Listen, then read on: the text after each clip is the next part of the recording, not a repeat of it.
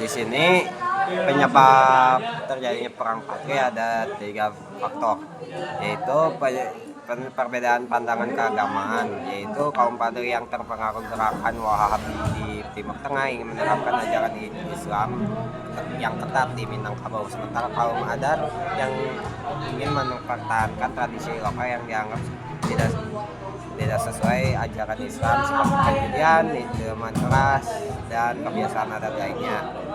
Ada juga pertentangan sosial dan ekonomi. Kaum Padri menentang adat Minangkabau yang mereka anggap membiarkan kebiasaan yang tidak Islami berkembang. Hal ini memicu konflik sosial dan antara kaum ulama dan kaum adat. Ada juga dari intervensi Belanda. Belanda ingin melihat kesempatan untuk memecah belah masyarakat Minangkabau dan mencoba menguasai wilayah Sumatera Barat.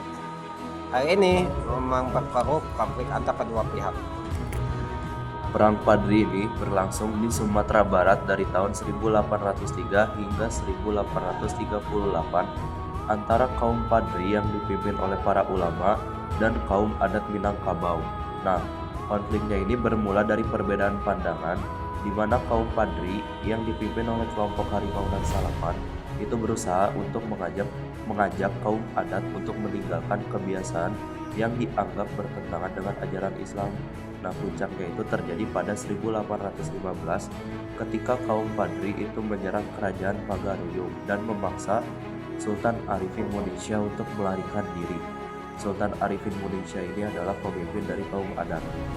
Di tahun 1821, kaum adat yang terdesak pun meminta bantuan kepada Belanda. Nah, sehingga Belanda ini ikut berperang melawan kaum Padri. Pertempuran sengit ini pun terjadi di beberapa wilayah. Namun, pada tahun 1825, perjanjian Marsal itu menghentikan konflik sementara karena Belanda pada saat itu tengah menghadapi perang di Eropa dan Jawa. Jadi, perjanjian Marsal ini dibuat karena Belanda ini cukup kewalahan untuk menangani perang di Padri. Nah, selama masa ini kaum adat dan kaum Padri itu mencapai kesepakatan dalam Plakat Ucap Kato yang mengintegrasikan adat Minangkabau dengan ajaran Islam, sehingga kaum adat dan kaum Padri pun bisa bersatu.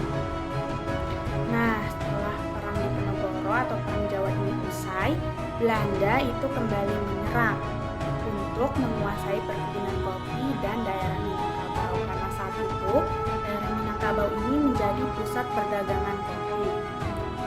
Nah, kaum adat dan kaum Padri kemudian bersatu untuk melawan Belanda karena mereka sadar bahwa Belanda ini telah mengadu domba mereka. Jadi, kini perang Padri ini bukan lagi perang antara kaum adat dan kaum Padri, melainkan perang antara kaum adat dan kaum Padri yang bersatu untuk melawan Belanda. Nah, Belanda yang sadar bahwa situasi ini sudah berubah. Kaum adat dan kaum Padri itu sudah bersatu untuk melawan mereka, akhirnya memutuskan untuk mengeluarkan plakat panjang. Plakat panjang ini merupakan pernyataan yang berisi bahwa kedatangan Belanda ke daerah Minangkabau itu bukan untuk menguasai daerah atau wilayah tersebut, melainkan untuk berdagang atau melakukan perdagangan serta menjaga keamanan.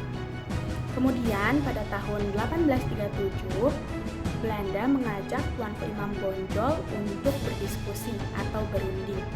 Namun sebenarnya ini hanyalah kedok bagi mereka untuk mengepung markas Tuanku Imam Bonjol serta melakukan penangkapan terhadap Tuanku Imam Bonjol.